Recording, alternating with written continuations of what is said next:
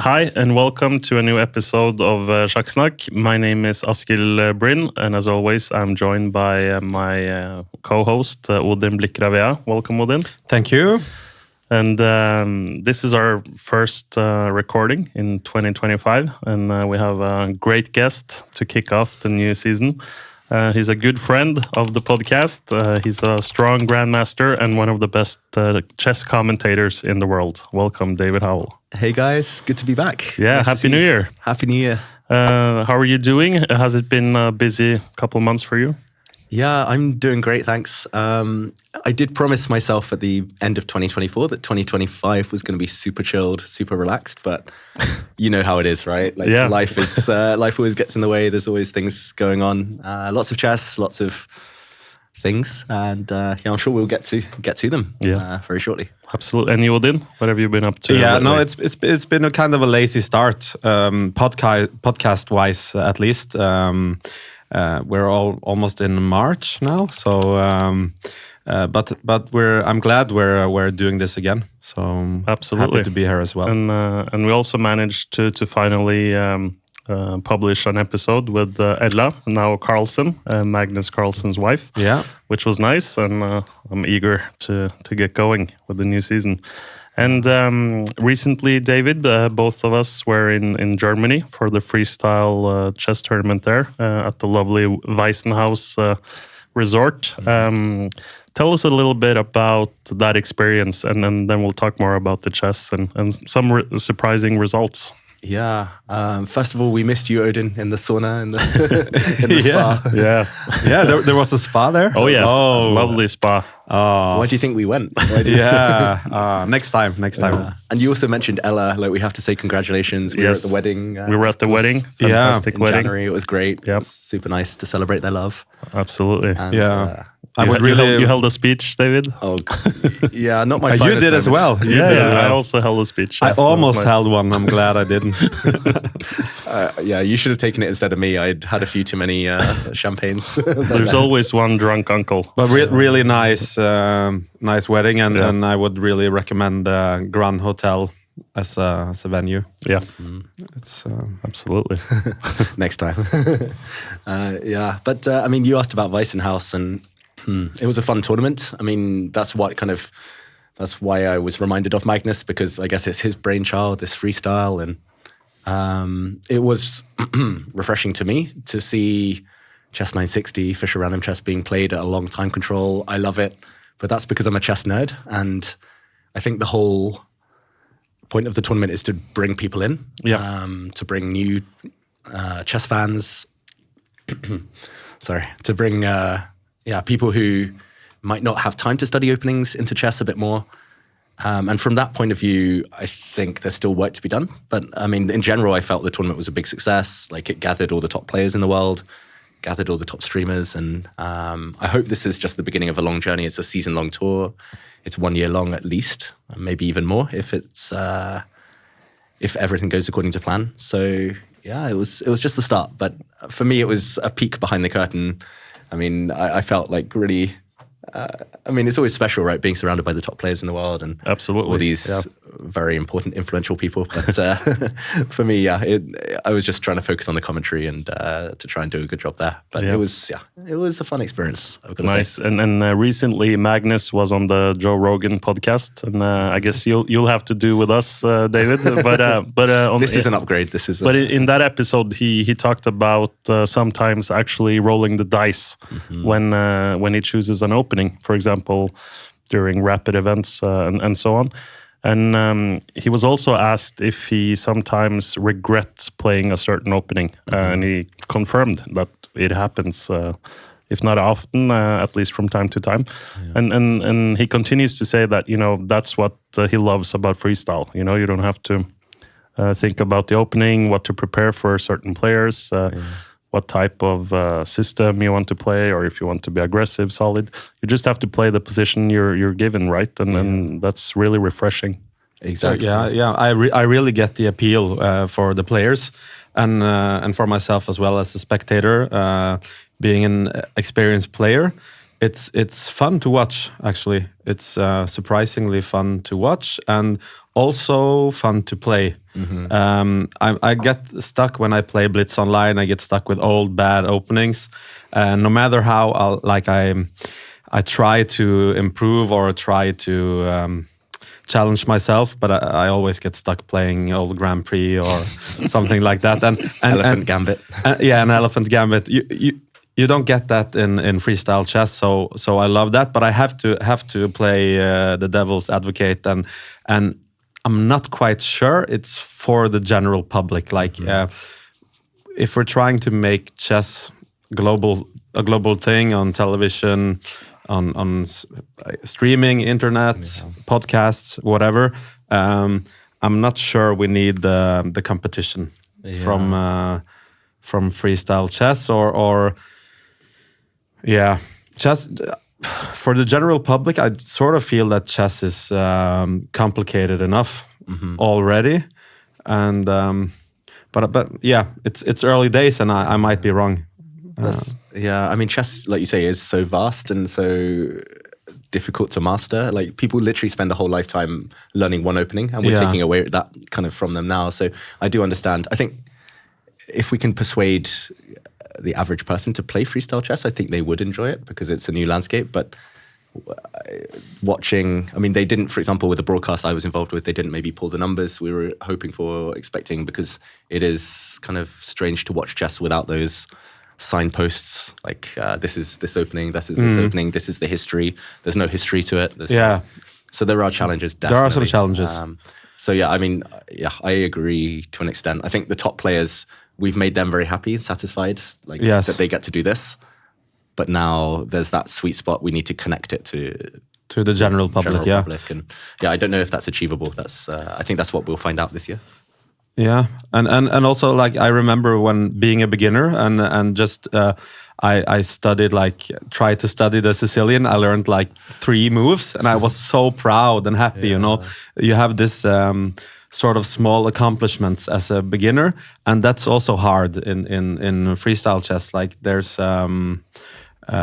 it's hard to measure your improvement, kind of. Yeah, like even the top players, you ask them now, and for them, it's a big success if they don't get checkmated within the first 10 moves.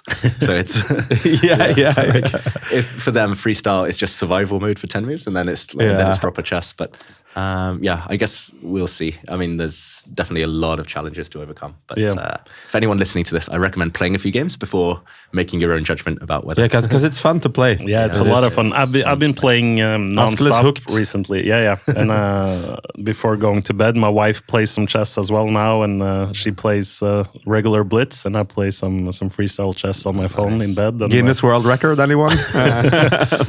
Freestyle, baby. But what I'm a decent player like Odin, not near your level at all, David. But what I find interesting with freestyle chess is that you really have to look for good squares. You need to have active play. You need to get your pieces into the game.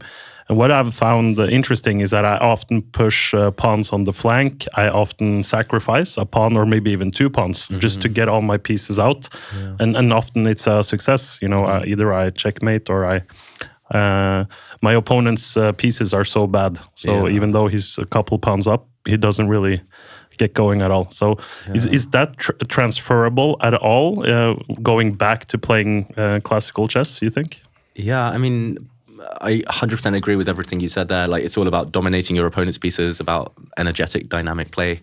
So for anyone listening who likes attacking, who likes just creating chaos, then freestyle is a good game. But I mean, my best results in normal chess, in classical chess, came probably in, between 2019 and 2022, I would say.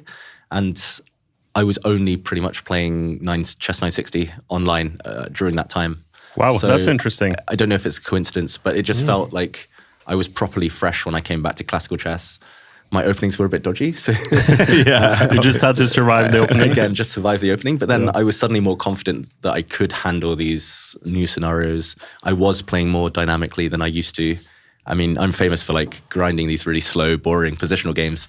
But for that period in my life when I was playing a lot of Chess 960 online, I was more happy to kind of embrace the That's super the interesting. chaos. So, Yeah. I mean, I think it does have benefits. Because that's what I've been experiencing now, playing a lot of freestyle chess recently, at least. So I'm looking forward to see if it's... You'll be a GM in no time now. Yeah, if it reflects on my play in classical as well. And I mean, as you said, David, in Weissenhaus, we had all the best players in the world. Magnus, Hikaru, Caruana, Gukesh, the world champion, was there.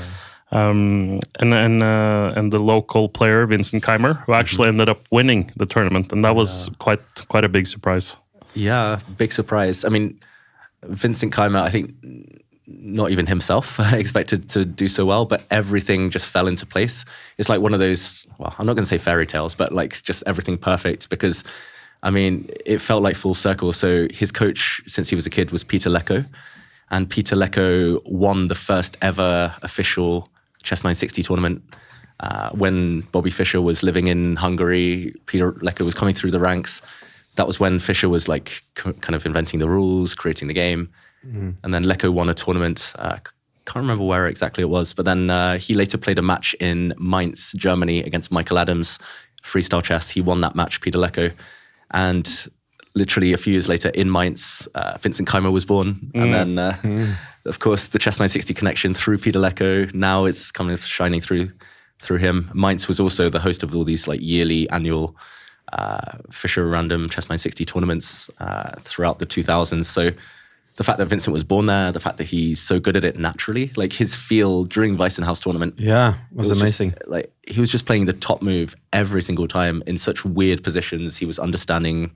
He would not, like, he never relied on normal patterns ever, really. But he outplayed Magnus. He outplayed Fabiano really smoothly, like in a way that they would normally outplay lesser opponents in classical chess. He was just doing it to them. So it was nice to see. So the link is all the way from Fischer to Vincent. Fischer to Peter Lecco to Vincent Keymer. Full circle. But that's super interesting because let's say in a classical tournament or rapid tournament, Vincent, if he had won against those top players, it would be an extreme shock and would most likely never happen. But to see young players like him and lower rated actually being able to win, you can argue that it's a good advertisement as well for freestyle chess. You know that anyone can beat anyone in all these different positions and so on. Yeah, exactly. It's a case of be careful what you wish for because Magnus wants this clean slate where it's a level playing field, but then it does open up chances for others. Yeah, absolutely. And Vincent took full advantage of that new landscape. Yeah, absolutely. And I saw an interesting post recently on X, Twitter, from Anish Giri, where he said if he worked for a full year on freestyle chess, he would develop opening theory on all the different starting positions.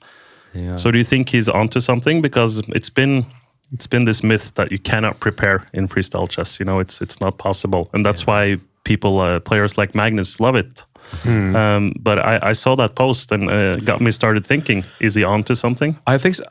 I mean, with the computers nowadays, and it should be possible actually, because you can narrow it down so much, and it's only 960 positions. Only. So and like I struggle with one. But then again, like there's so many openings now in classical chess. You can just like the elephant gambit that I play, you can just throw it away immediately. There's so many drawish openings. You know,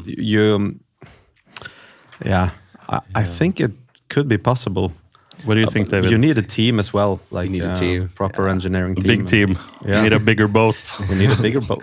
You need someone just staying up 24/7, just like literally writing down pen and paper, all these variations, all these naming all the openings, naming. Yeah. I think I don't know what he means, and Giri should answer that himself. But you can prepare to the extent of you do in classical chess. But to have some general guidelines for each and like the starting moves and so on, and then to go a bit further and deeper from there, I think it should be possible.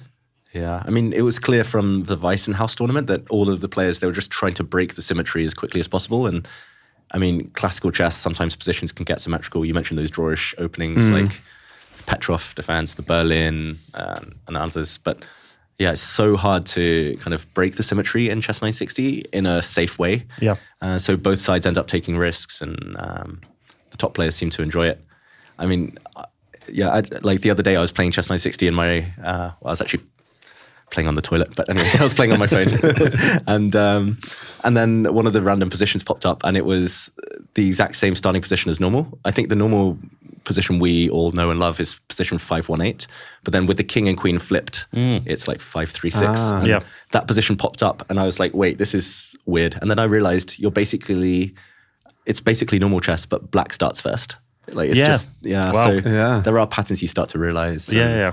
Like when queens start in the corner, there's definite things you should push your rook's pawns or the pawn in front of your queen, the corner pawns as quickly as possible. There are definitely things we can learn and pick up. So I kind of agree with Anish, but I have a feeling he might be trolling slightly. I want to see Anish put his money where his mouth is, because there's so much money, actually prize money, in this freestyle tour. Like anyone who studies it, masters it, he's going to make a very decent living. Yeah, so. and Keymer won $200,000. Wow, more than I've ever won in my lifetime. For 10 days, 10 days of work. So that's pretty good. And that must be nice for him. I mean, a young player, he has a coach. I guess Peter Lecko is not doing this for free either. So to start off the year with $200,000 in prize money is fantastic for him, right? Yeah, I mean, he can put down a deposit on a flat. I don't know what he wants to do, but I mean, that will pay for his coaching for a few years. That's amazing. Huge step forward for him. I wouldn't be surprised now if he makes a massive leap, by the way, in kind of classical chess. He's about to start a tournament in Prague, I think today or tomorrow. But it's going to be a big year for Vincent. Absolutely. And what I liked about the Weissenhaus tournament was that everyone was living in the same area at this resort, and everyone went to breakfast together, lunch and dinner. And at other tournaments, players go to different restaurants. It's often in a big city. They don't spend time together. But here you had all the commentators. You had the famous streamers like Gotham Chess, Anna Kramling, the Boda sisters, and yourself, Peter Lecko, Judith Polgar, which I was lucky enough to have a ride with from the airport. Oh, nice. So we She's the best. Talked to her for an hour in the car, which was amazing. Such a legend of the game, and that was a cool experience. Like everyone was just hanging out, talking to each other, and we also had this poker night, which was a lot of fun for me personally because profitable. I managed to win some money, and was playing against Aronian, Alexandra Botas, Magnus, and our friend Sverre Krog Sundbe, the TV2 reporter. The usual suspects. Former world number 2 poker player. And former European champion. So towards the end of the evening, I actually won a big pot against him as well. So that was a good feeling. Drinks on you tonight. so everyone was at the same hotel, basically. Yeah, I mean, we had like different houses within a big like area. And dinner, we're at this nice old castle. Basically, and reminds me a bit of Gibraltar. A little bit, but I mean, it was very secluded, so people wouldn't leave the area at all. People were just good. So ironically, when it's Fisher Random, people are very streamlined, and when it's a classical tournament, everyone is exactly at random places. But that was the beauty of freestyle, because the players were so chilled in the evenings. They would hang out with us. We would play board games every night because they don't. They don't have to prepare. Yeah, exactly. They have Anish Giri preparing for all the 960 openings. Yeah, you were playing board games every night with Caruana and a few others. Aronian, Fedoseev popped in. I mean, all of the top players, normally they're super stressed. They go back immediately after dinner. They go talk to their seconds. They stay up into the night preparing, get up early, study openings. Here, it's just... That's a very good point, actually. It is. How refreshing that must be for these players. I was bumping into, Fabiano in the sauna and the jacuzzi. I was like, "What are you doing here? You've got a game in an hour." But it's nice to see the top players relax. But again, it's hard to maintain that, especially when chess is growing and becoming so universal. I mean, there are a lucky few those top players. They just got to fight for their spot now at the table. Yeah, absolutely. And I mentioned some of the commentators. You were also commentating with Tanya Sachtev and Daniel Naroditsky was supposed to be there for most of the event as well, but he only did commentary for one day. Yeah. And within on a stream recently, he said he had some issues or difficulties with the organizers, or he wasn't happy with the setup. Yeah. And he actually only worked for one day and then went back to the US. Yeah, I think he wasn't happy at all, sounded like. Yeah. I guess you were a bit surprised as well, David. Do you know kind of what happened there at all? Yeah, I mean, I don't want to speak on behalf of anyone, but I mean, first of all, I love Daniel. I love his commentary, love working with him, love his streams. I watch a lot of his, when he's streaming Title Tuesday, when he's streaming these bullet matches against Magnus and all these things. And also, I love him as a person. He's super nice, super funny guy, so quick, spontaneous, and really polite. Like, he loves everyone. But I mean, for Naroditsky, I guess, it was a tough time. I think especially when it's a new tournament, new circumstances, there's always surprises along the way. And I don't really know the exact ins and outs, but maybe things could have been handled differently. And he did announce at the end on the final day, he joined our stream, and he did announce that he was taking a break from commentary to focus on other things. And wow. So I think he called it a soft retirement from commentary. But really? Yeah, I'm sure he'll be back at some point. And do you think he'll focus then on his own like playing career, or as a coach, or he is content? He's a beast creator? on the board. So he is, right? I mean, he played the World Rapid Blitz on the board, and like there are always questions with any player, like, can online skills transfer to OTB over the board? And I mean, he answered all those questions. He came joint first in the prelim stage in the Blitz. He just didn't qualify through tiebreaks for the knockout stages. And I mean, Rapid, he did super well as well. And I mean, I want to see him do whatever makes him happy, basically. Would you say he's a bit underrated, like over the board? I mean, I don't think he plays so much classical. So everyone looks at classical rating as a first indicator of someone's strength, and it can be deceptive. But Rapid and Blitz, he's clearly one of the top 10 in the world, and clearly one of, I mean, definitely Blitz top 10. Yeah. I mean, he's just, he's a monster. Nobody likes facing him, but there was an unfortunate situation in Weissenhaus, and I'm just hopeful that he's doing well. Yeah, absolutely. And David, today actually, there's a new BBC show premiering, airing, and you're playing a big part on that new chess show, which is called the Chess Masters, the Endgame. Can you tell us a little bit about the whole process, how you got involved, and what are your expectations for the show? Shout out to anyone in the UK, first of all. This show is going out on BBC Two. It's going to be every Monday now for 8 weeks, 8 episodes. And so I was very lucky to be one of the 3 presenters, and I'm kind of the chess commentator, chess judge.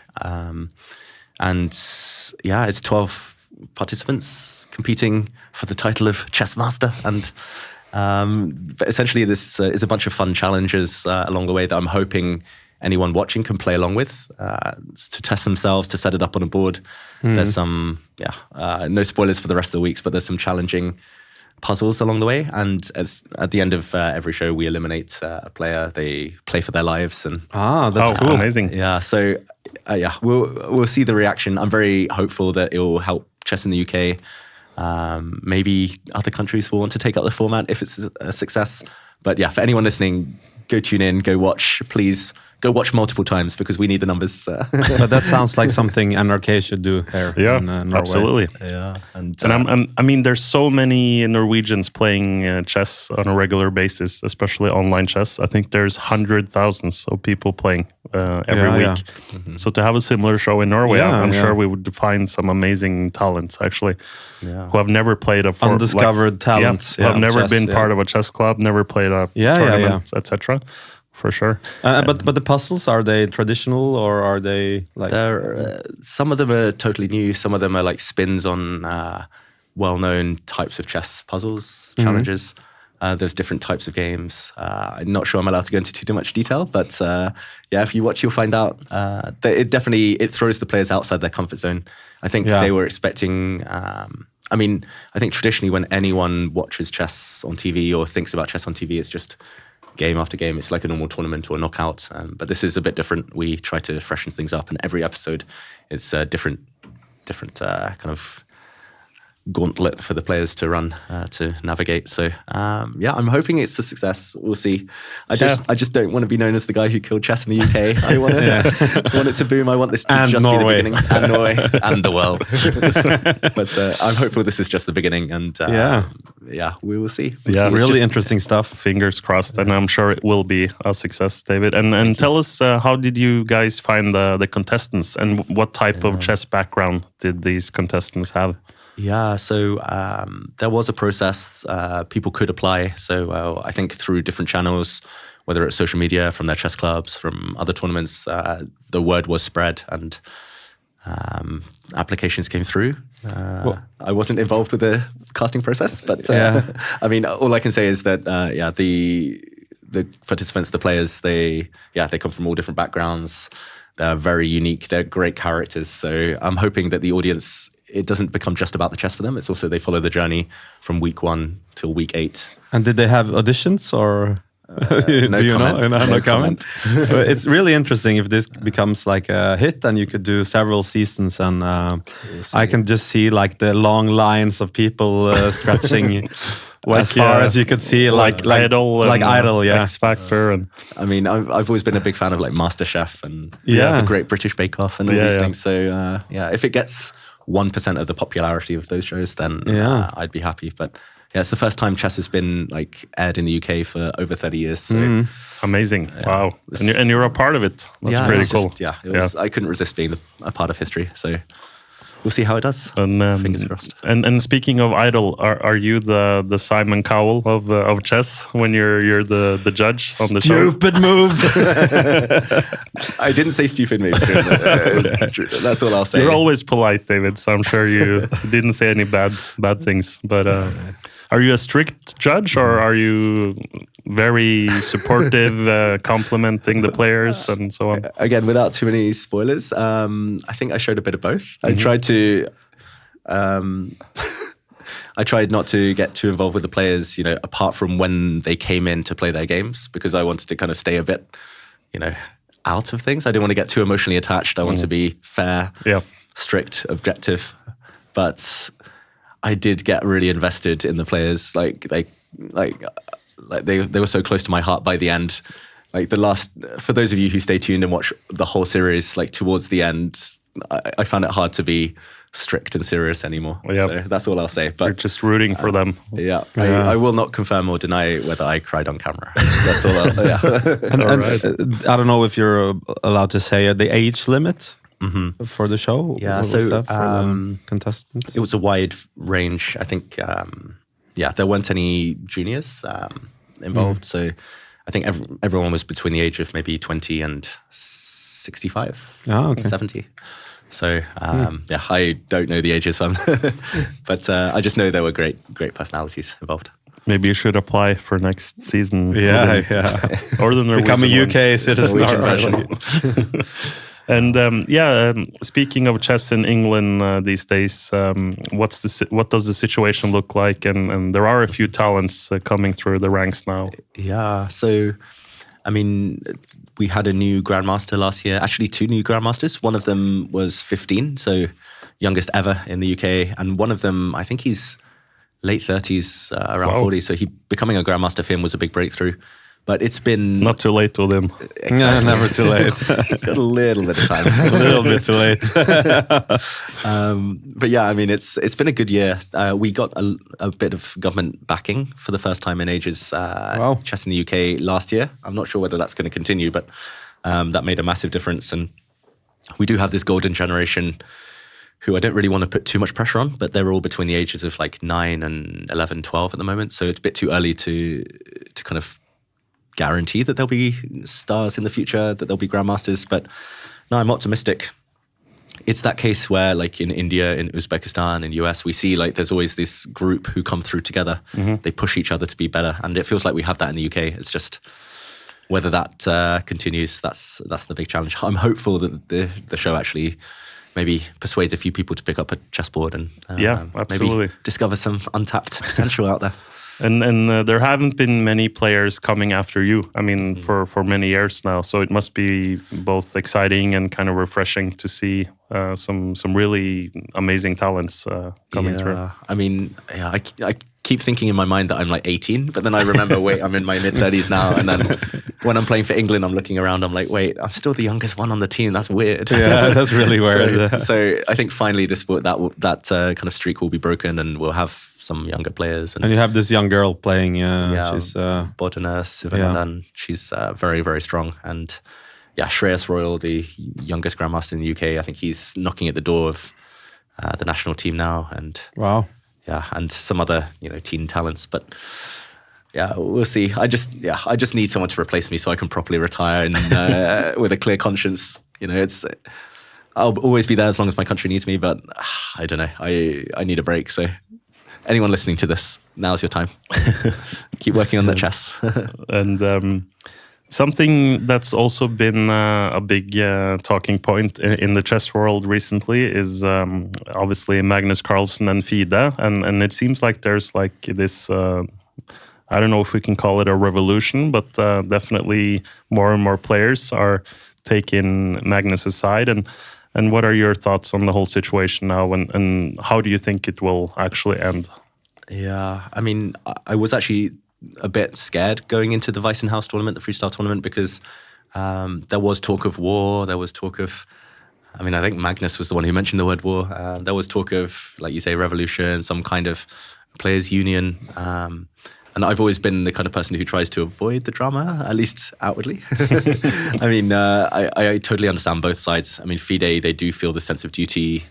They want to protect the chess world, or what they see as kind of their domain, whereas the players want what's best for them. They want freedom. They want to be rewarded for their efforts. They want to have a clear, defined system that's fair. And so I see both sides. During Weissenhaus, the players gathered one evening, and I was actually spying on them after finishing commentary one day. They'd kind of gathered, and they had this like closed meeting behind locked doors, no cameras, nothing.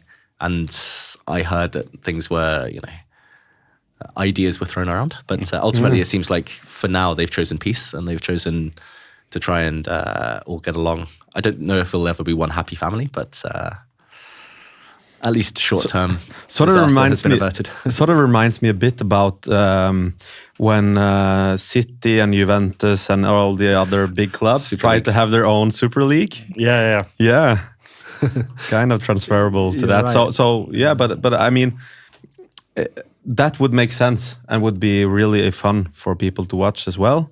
But I understand like the organization. They want to keep it as their own thing. Magnus would be the Real Madrid, I guess, and I don't know who the Man City would be. Hikaru would be like Atletico Madrid, I don't know.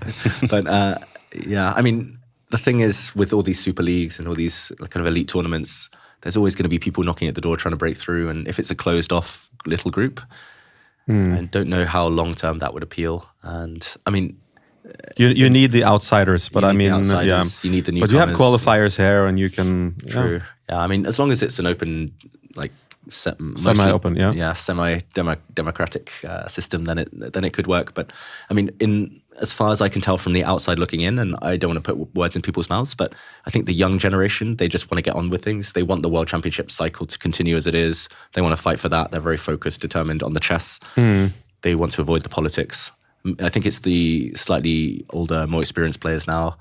I don't want to say Magnus is old. That makes us old. But Magnus has been around for a while. Hikaru, some others. I think it's Nepomniachtchi. It's those players who, because they've lived through like a lot of uncertainty in the chess world, they want to shake things up now and want to have some influence themselves on the future. That's natural as well. Yeah, and I guess it's understandable because let's say a player like Magnus, he's had a relationship to FIDE for so long, and I think he said at some point, this was just the tip of the iceberg, or he's had situations in the past where he hasn't been very happy with Sutovsky or Djorkovic or FIDE in general. So do you think there's something to that as well, and that might be the case for other players, his age group? Yeah, I think definitely. I will say that I think FIDE and Magnus have been very good for each other over the years. I know when Magnus walked away from the title, and actually even before he became world champion, there was some drama, and then a bit later. But yeah, I think all of those experiences, the fact that there have been ups and downs, that has affected things. Whereas maybe for the younger players, they haven't yet experienced those those disappointing moments, or they haven't felt unfairly kind of used or targeted. So we'll see. Yeah, and I think it makes sense because Sutovsky has been quite active on X recently, and and he's been listing, all the things FIDE does for young players and all the tournaments and the prize money and everything. So in that case, these young players, age between, let's say, 14, 15 to 18, they've actually, reaped some of the benefits from what Sutovsky was mentioning, while the more experienced players, as you say, are in a different situation overall and are probably more fed up in certain ways.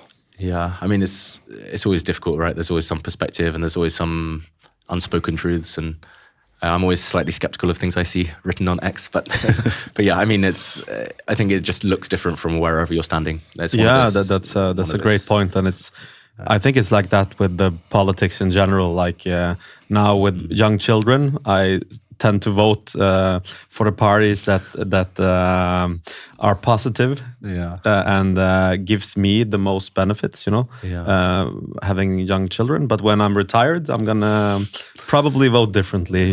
That's before the kids came along, you would have been thinking about different factors, right? So.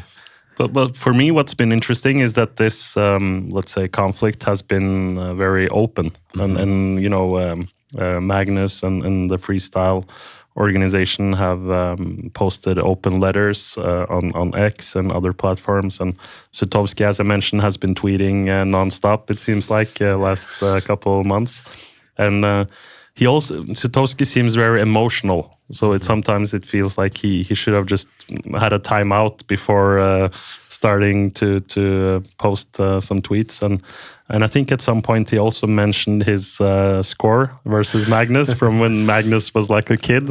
Did he? Yeah. And that's hilarious. That for me was just a little bit strange. Like you're the CEO of FIDE and you start like bragging about your score. You ain't got shit on me. It's definitely relevant. Like I think any chess player looks back and you're like, yeah, but I beat him once. Yeah. It's all ego. And we shouldn't forget, Sutovsky was like a top player himself. Yeah. He was European champion, 2700. Like absolutely. Since we're talking about him, I remember him from Gibraltar. Yeah. He is a great opera singer as well. Yeah, actually, and he played a game, like a fantastic game against Danny Gormally, your countryman, and where Danny said like, I was part of a masterpiece. I was the pencil and he was the Van Gogh. Yeah, I mean, Sutovsky. I mean, I think all chess players, we are emotional by nature. We should be cold-blooded calculators where we just see the facts and just work things out logically. But I think we all get tempted. We all get biased in certain ways. We all have different styles. And I mean, the way that some people handle politics is very different from others. And I don't know if there's a right and wrong, but I can see why certain parties might be getting a bit upset about things. So we'll see. I mean, my dream is just that, I don't know, things are peaceful and that everyone's happy, and chess ultimately is the main focus for everyone. But I don't know, it might take a few years before that becomes reality. And do you think this conflict will kind of continue throughout 2025? And Magnus have said now that he will probably not play in FIDE events, such as the World Cup, that's the Olympiad. Yeah, the Olympiad. That's World really Blitz. my concern. You're the team captain. I would really want him. I mean, I'm gonna try my best to get him to at least play that. You've got 1.5 years to convince him. The next Olympiad, 2026. Just get him round before that. At least like get him to speak to Dvorkovich and just make a deal just for that tournament. Or drag Magnus like into a room with Arkady and Emil and just come on, the Olympiad comes first. But I mean, for like for a chess fan, like I feel like that way these days. Like I just want to see Magnus play as many World Rapid and Blitzes as possible, try and get as many titles as possible. That's the big miss for me. Yeah, I think he's won the World Cup now. I don't think he will kind of mind missing that too much. It's a month long. It's stressful. It's classical chess. It's really important that he continues to play the Rapid and Blitz. World Rapid and Blitz. So, I mean, especially here in Norway, it's such a big event. It's such a like crazy big, now. And as we discussed many times in the past, I mean, it's part of his identity, right, to be the world champion in either classical Rapid or Blitz, and he's been a world champion since 2013, non-stop. And if he's not playing in December, he won't be the world champion anymore. Yeah. So that will also be a bit strange for him, I think, personally. Like it's part of his identity. But it's luckily it's 10 months away. Things might change, and hopefully we get to see Magnus play in December. Yeah. Maybe by then freestyle will be a world championship, and then he can be like, I want. Yeah, true. Yeah. But maybe now, maybe that's his plan. But people are also asking about you, David, and your plans for 2025. Anything special coming up in terms of tournaments? Are you going to play some more chess yourself? Yeah, I mean, the temptation is always there. I think in my mind, I just have this identity crisis. It's like, do I want to play, teach, write, commentate? I kind of want to do all of them, but then of course, like time is limited and only 24 hours in one day, unfortunately. But I mean, I do have 2 remaining goals left in chess, and one of them is to win the British Championship just one last time. I'm still devastated. I came so close last year, just losing in the Blitz tie breaks when I had so many chances to wrap it up before that. So just one last title would be nice before I properly quit. And then also grinding my way back to 2700, which is more difficult than ever because I'm rusty and mostly inactive, but also because of rating deflation, which is kicking in at all levels now. Yeah. So to get back to where I used to be, that's... What's your rating now? It's dropping every day. It's 2668, I think. Okay, so around there. 30 some points. Okay. Yeah, it's doable. I'm going in the wrong direction. I played last month. I lost 5. I'm like, oh no, that's going to take me a month or 2 to grind back. I might start playing like... Norwegian 3rd division, just one game here, one game there. You'll do well in the Norwegian league if you play for our team, Vålerenga. I mean, we'll see. I don't have any concrete plans to play, but the British Championship takes place in the summer in Liverpool, so maybe. Okay, yeah. But I think if I'm going to focus on anything, that will be the one this year. That's your big goal. How about you guys? What's the big goal this year? What world records are you going to crush? I don't think we'll do any world records, but I think it's a big chance. Both me and Odin will play a match against Anna Kramling later this year. So that's she wants revenge. She wants revenge against Odin, and that will be classical and rapid match maybe. And I talked with her in Germany, and we discussed doing a blitz and rapid match. So I think after the summer at some point we'll try and do that in Oslo. Oh, nice. So that's exciting.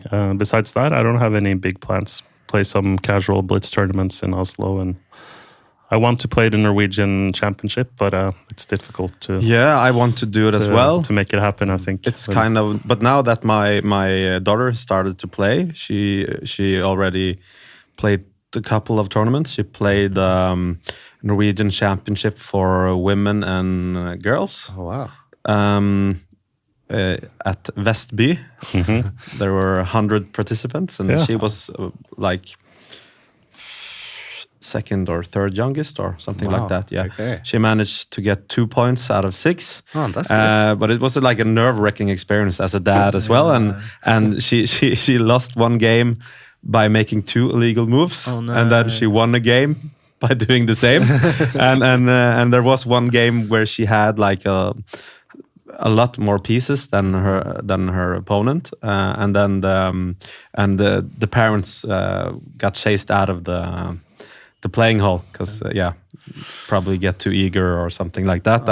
And then he came and told me like when the game finished, she found a beautiful mate, and I was so happy. Like like yes. No stalemate. Proud, like proud was a 50-50. So yeah. Do you get more nervous playing or watching her play now? No, now more nervous watching her play. But she's still like it's still early days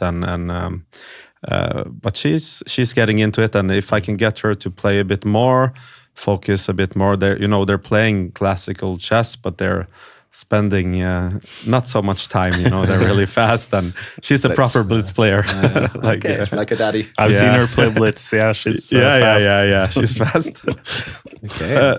But I want to play the Norwegian Championship. I really it's in Bergen. It's in Bergen, which is a nice city as well. Yeah. So. But it's hard, to make it all happen. But I will try. Mm-hmm. I guess we all missed the Gibraltar tournament. So Yeah. 1 out of 10. Then how much do you miss the Gibraltar tournament? It's I'm on a 9.9, like 100 out of 10.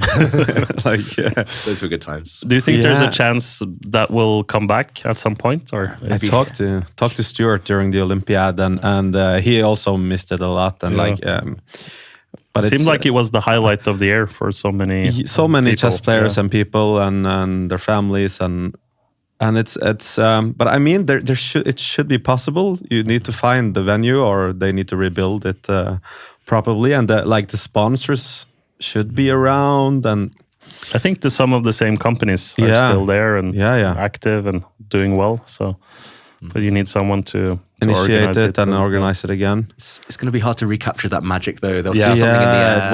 At the Caleta Hotel. Oh my God! Just the tradition. Nuno's restaurant. And all the different rooms. Like I was contemplating if they're going to send Anand down. At one stage I had more points than him in the Gibraltar Masters, and going to send him down to the restaurant. You had to take the elevator down. Dungeon. They didn't do it. They didn't do it. I had all my best open tournament results there as well. It's just, I remember. When you feel good, you play good, and then it's such a nice tournament. But if anyone out there is listening, by the way, just if you want to fund a chess tournament, organize a chess tournament, talk to Askill and Odin, and they can help recreate the magic. Gibraltar magic. I was my plan was to bring my daughter there because there was so many side events, and also they had the challengers and the amateur, and she would fit perfect in the amateur. Something for everyone. Yeah, there's something for everyone. Okay, someday we can dream. Hopefully. All right. We also have some questions from our listeners, David. First one is from Lars-Jørgen Leknes on X. He writes classical versus chess 960. Oh, hey, Lars. That's hard. 960. 960, yeah. As long as I have some time to think on the clock. I normally online I play 3 minute or 1 minute 960, and then it's hard. 1 minute 960. I play wow. I play 30-second 960 quite a lot on my phone. Really? That's insane. I mean, I love hyper bullet and bullet, but I would never be able to play 960 with that time control. I just the other day I had a checkmate in 6. It was the most beautiful checkmate I've ever got on the board, and it was 960 30-second. I had a queen on A1. Ended up capturing on G7 on the diagonal and smothered mate. He took back, and then I get knight H6, checkmate king on G8. Just the feeling there was so satisfying. Yeah.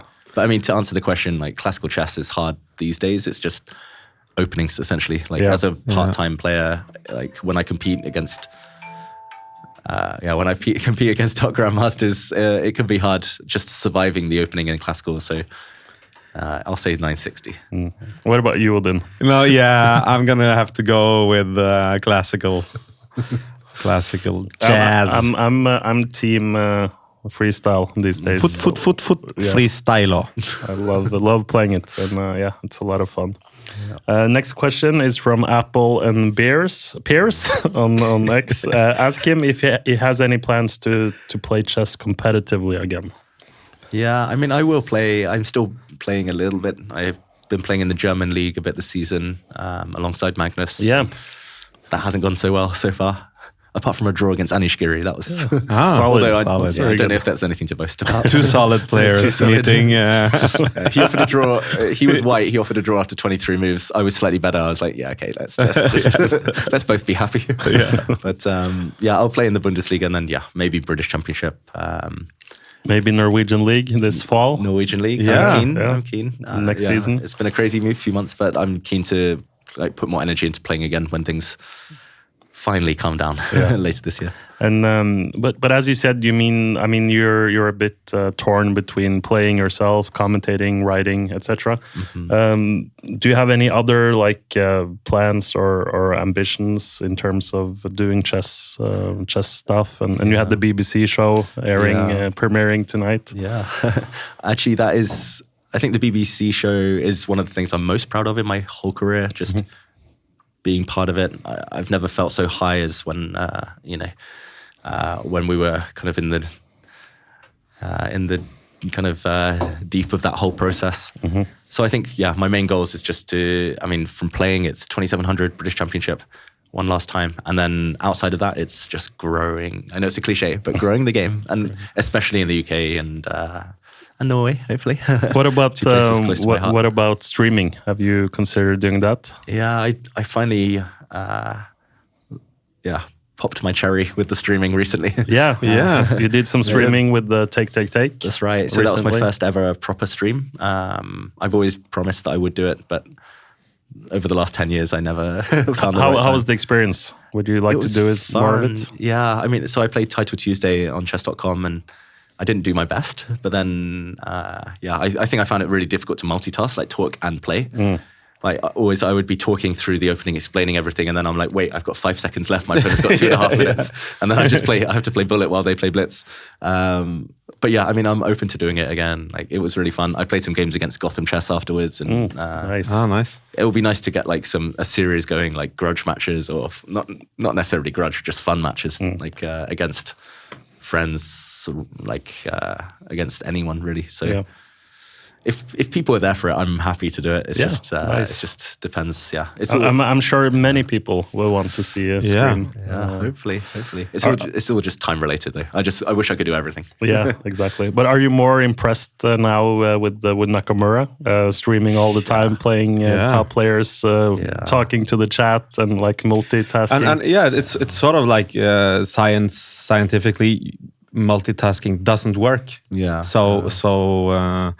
It's really impressive, I think. Yeah, and like I'm so used to commentating now that I go too deep. Like I'm analyzing things, I'm drawing arrows, and then I'm like, wait, you just have to move, trust instincts. It's blitz. It's not like long games. Yeah, the fact that Nakamura can do it like 6 hours every day, sometimes even 8 hours in a session, like barely any breaks, and he's doing it like 6 days a week. I was exhausted after 2-3 hours. So really, wow. I think it would take a while to build up that endurance, to build up that muscle memory habit. He did say, I think Nakamura, I heard in some interview ages ago, it took him nearly 2 years to get used to, like to get to his normal blitz level while streaming. So wow, okay, that's interesting. Yeah, so we'll see. Yeah, long journey. Wow. Long journey. You can talk to me and Odin about the chess stamina if you need any. The experts, the expert advisors, expert opinions. We also have a question from this is a cool name, David Spielman on Instagram. Sounds like a grandmaster. Is Englad opening really a good opening, or just like the cow, bad? Englad. I have never heard about this opening, but I don't know. England? No. Does he mean English opening or? Must be the English opening. English opening is a great opening. The England gambit, England with a U. England, yeah. That one is dodgy. It might be that as well. Yeah, it might be that. So yeah, all openings are good. If you know the ideas, they're all fine. Maybe not the cow if you're playing Magnus Carlsen, but any other opening, if you know the ideas better than your opponents, I think. What's the story behind the English opening? Do you know the story? Oh, you put me on the spot. He loves that.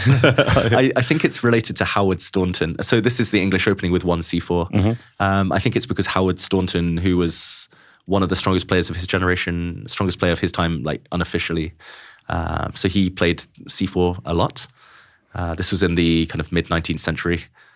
but I don't know whether it's specifically named after him individually or because of a kind of group of British players. But you have the Staunton Gambit. Staunton Gambit, that's Howard Staunton as well. He's and actually a lot of the chess pieces we use, it's like the Staunton pieces. There's a lot. He was kind of in the UK at least, he was like the kind of the godfather of everything. But it's interesting with all these openings, they're often named after players or cities or countries, right? And what's the most funny or interesting story behind an opening that you know of, David? Ooh, that's a difficult one. I mean, I love all the openings named after animals, like the hippo, maybe cow. not the cow, the hippo, the elephant gambit, you know, the the hedgehog, all these things. But probably the funniest, well, the one that I managed to trip up Magnus. Like I once did a test with him, like name this opening, and he could name all of them. But there was the sodium attack, which which is very sophisticated. Actually, it's knight to a3, and sodium in science, in the periodic table in chemistry, it is Na. So knight a3 is the sodium attack. Na, And that trips him up. Magnus normally knows everything. Knight h3 and you go g3 afterwards, and so knight a3 and then and then I don't know really what you do next. I don't recommend it, the sodium attack, but I think e4 c5 against the Sicilian, knight a3 is a semi-serious move. Then it makes more sense. That's the one I would pick. But I want to know you guys. What's your favorite? I like this. Is it B4? The orangutan. What's the story? Some old player at the zoo, New York Zoo. Yeah. That's a cool story. Yeah. Was it? It was a New York Zoo. The Bronx Zoo. The Bronx Zoo, 20 something. mid-20s or something. Yeah. Who was the player? Was it Rubenstein? No. Probably it was. Janowski. Tartakover or something. Was it Tartakover? Yeah, maybe. Yeah, but anyways, one we of need these. to book up on our chess history. One of these players we went to the zoo in New York and kind of asked orangutan what to play. And then he suggested B4. So that's pretty cool. It's not a bad move. No, it's not a bad move at all. I remember when I was a young player, I lost as black in that opening. Yeah, it's tricky if you haven't really played against it. Yeah, no, I have to stick with the elephant gambit. Yeah. Ever since, like, that was also a Gibraltar story. Like, we were analyzing. Now he's not here to defend himself, but Mr. Nigel Short came along and he said, "You can't play this rubbish elephant. I can just play this." And then we just sort of played each other, and then after like 5 minutes, he just threw away the pieces and sort of Wow, so I beat him in the analysis. That's impressive. So that's that was the Norwegian school of chess. That was fun. That was fun. So ever since that, I just stuck with the elephant gambit. But he actually showed me and showed us. We were analyzing and showed us a line in like Latvian gambit. He said that was compared to the elephant gambit, much more sound. So risky for both sides. Yeah. But I mean, the elephant gambit, you're too predictable. I saw your marathon match and you were playing it so many times, and Asko clearly prepared. He did. That's the only opening I prepared against. I knew from the get-go that he prepared against it, and then I sort of went back there because I didn't like the positions I got with black in against his other moves, so he's too strong. So but then I found like some weakness, like long way down in the lines that I could try to, like, okay, maybe I'm just down a pawn here with some compensation, and then it was playable again. That's the definition of madness, right? Like, it's not working, but you still I still want to do it. Yeah. And I think that's why Magnus at some point he said, Askill is playing really well. Odin, so. But I don't know. I haven't checked the score we had on the elephant because I won some nice games as well. Yeah, for sure. We should do that before the next episode. Yeah, before the next episode, we will dig up the statistics. score, and what if it turns out that that was your winning margin? Like the score in Elephant was your winning margin. Like I threw the whole game. Like, oh my God. I think I won plenty of games with black as well, just in normal openings. And I think I convinced you to play d4 in some games, and I won most of them with black. Actually, come on, play d4. All right, You've been hustled. Yeah, because I had like, I don't know, 4, 5, 6 different opening moves, and Odin was always playing e4. So I was like, come on, this is getting a bit. That's why I'm sort of bored when I play Blitz, because I can't help myself. I just do the same thing over and over again, and that's sort of why I like 960. I know the feeling, but I think I'm able to challenge myself to play different opening moves, even though I don't know any theory. It's just try and get a position right. And it's fun, like feeling like a beginner again, and like just feeling your way and learning along absolutely. The way. But it seems like we all enjoy freestyle. And, yeah, we do. Yeah, we have one last question from Jens Estrup Kongestad on Instagram. What happened in Gibraltar with Hikaru, and has he ever apologized?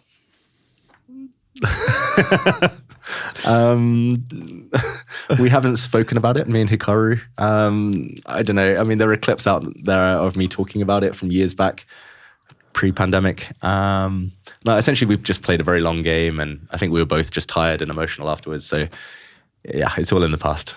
But I managed to draw a very long endgame from a losing position, and I think he was a bit upset that he was at the time on a winning streak. He was on 6 out of 6. Yeah, and I think just the year before, Fabiano Caruana had got 7 out of 7 at the Sinkfield Cup, so he wanted to like match that streak and go further.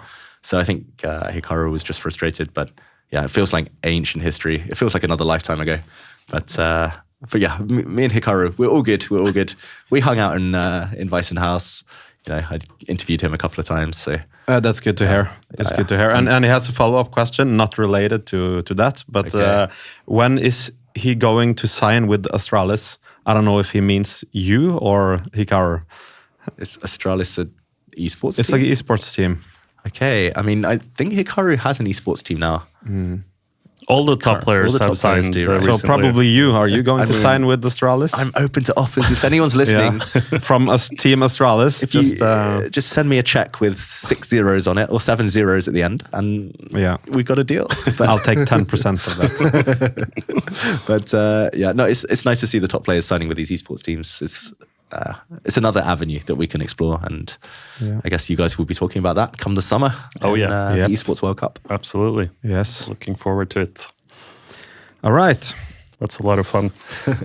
David, this has also been a lot of fun. Thank you so much for taking time. I know you have a busy schedule, and best of luck for the BBC show. We'll be watching tonight, and good luck for the rest of 2025 with all your endeavors. Thank you, you two guys. It's been a lot of fun. I'll be back, and keep up the good work. Thank you so much. And there's only one thing left to say. Vi sjakkes.